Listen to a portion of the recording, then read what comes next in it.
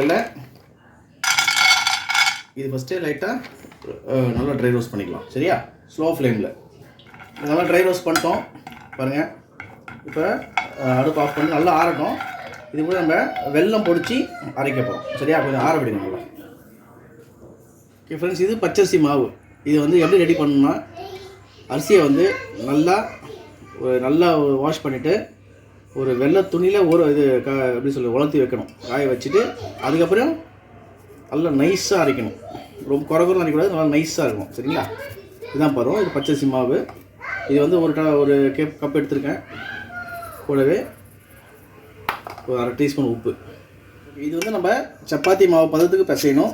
ஆனால் நார்மல் வாட்டரில் பிசையக்கூடாது. நல்லா ஒரு சூடாக தண்ணியை எடுத்து ஃபஸ்ட்டு அப்படியே ஸ்ப்ரெட் பண்ணி ஊற்றுங்க. அப்படி ஊற்றிட்டு, ஏன்னா சுடு தண்ணி தான் நல்லா அப்சர்வ் பண்ணணும். நல்லா இது கிண்டுங்க. சரியா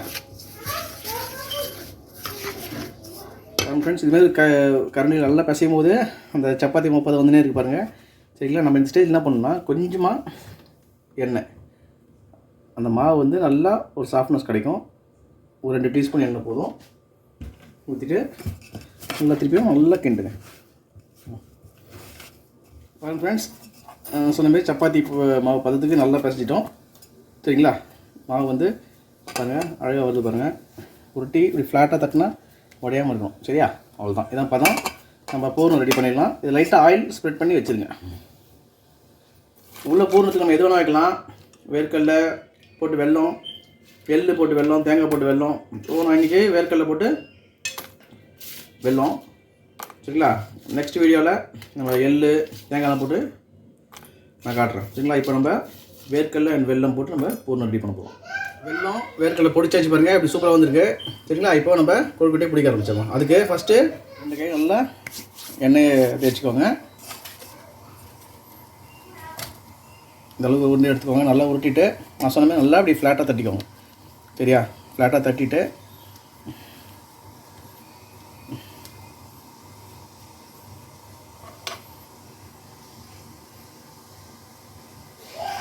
தேவையான அளவுக்கு வச்சுட்டு, சரிங்களா,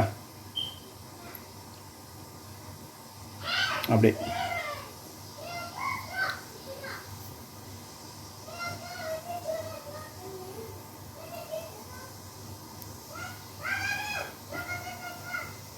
நல்லா அதை ப்ரெஸ் பண்ணி விட்டுறணும்.